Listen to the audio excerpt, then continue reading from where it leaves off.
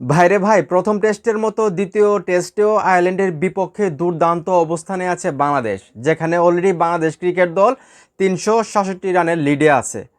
প্রথম ইনিংসে বাংলাদেশ দল আয়ারল্যান্ডের বিপক্ষে ৪৭৬ রান করেন।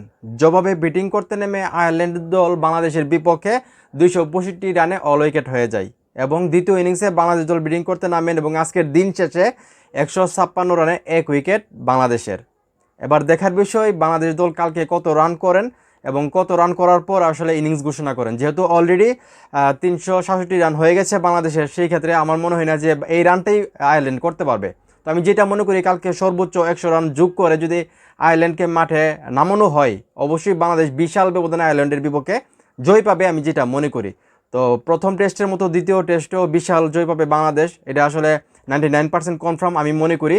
তো সেই ক্ষেত্রে আমরা বলতেই পারি আয়ারল্যান্ডকে আসলে হোয়াইট ওয়াশ করা হচ্ছে এবং মুশফিকুর রহিমের যে ১৬তম টেস্ট ম্যাচ সেটা স্মরণীয় হয়ে থাকবে। একদিকে মুশফিক ভাইয়ের সেঞ্চুরি, আবার বাংলাদেশও জয় পাচ্ছে আয়ারল্যান্ডের বিপক্ষে। তো এখন এই মুহূর্তে যারা আমার এই ভিডিও দেখতেছেন, আপনাদের কি ধারণা বাংলাদেশ কত রানে আয়ারল্যান্ডের বিপক্ষে জিততে পারে বলে আপনারা মনে করেন, সেটা অবশ্যই কমেন্ট করে জানাবেন। ভিডিওটা ভালো লাগলে অবশ্যই শেয়ার করবেন।